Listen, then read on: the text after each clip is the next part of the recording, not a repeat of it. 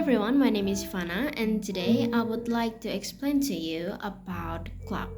So, clock is actually something that we really need in our daily life because of course every time we need to know what time is it.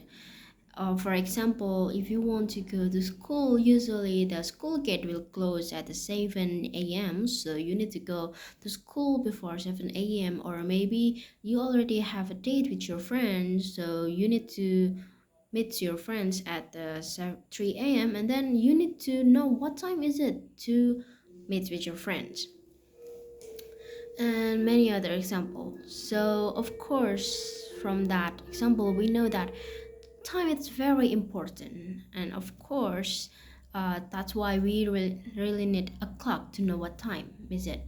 And usually, the traditional clock, it's the circular one.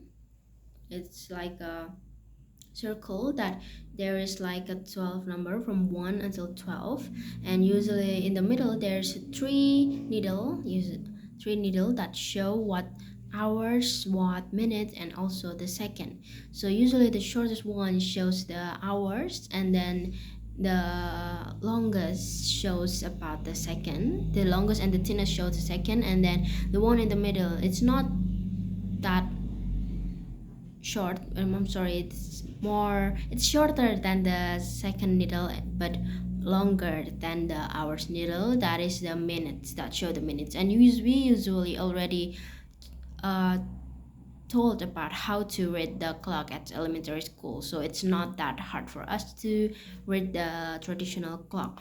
And maybe if we have a phone, of course there is also a clock inside, so it's usually the analog clock, so we already shows the time in the number. So for example, it's a 21.03, so it shows a 9 p.m and 30 and 3 minutes.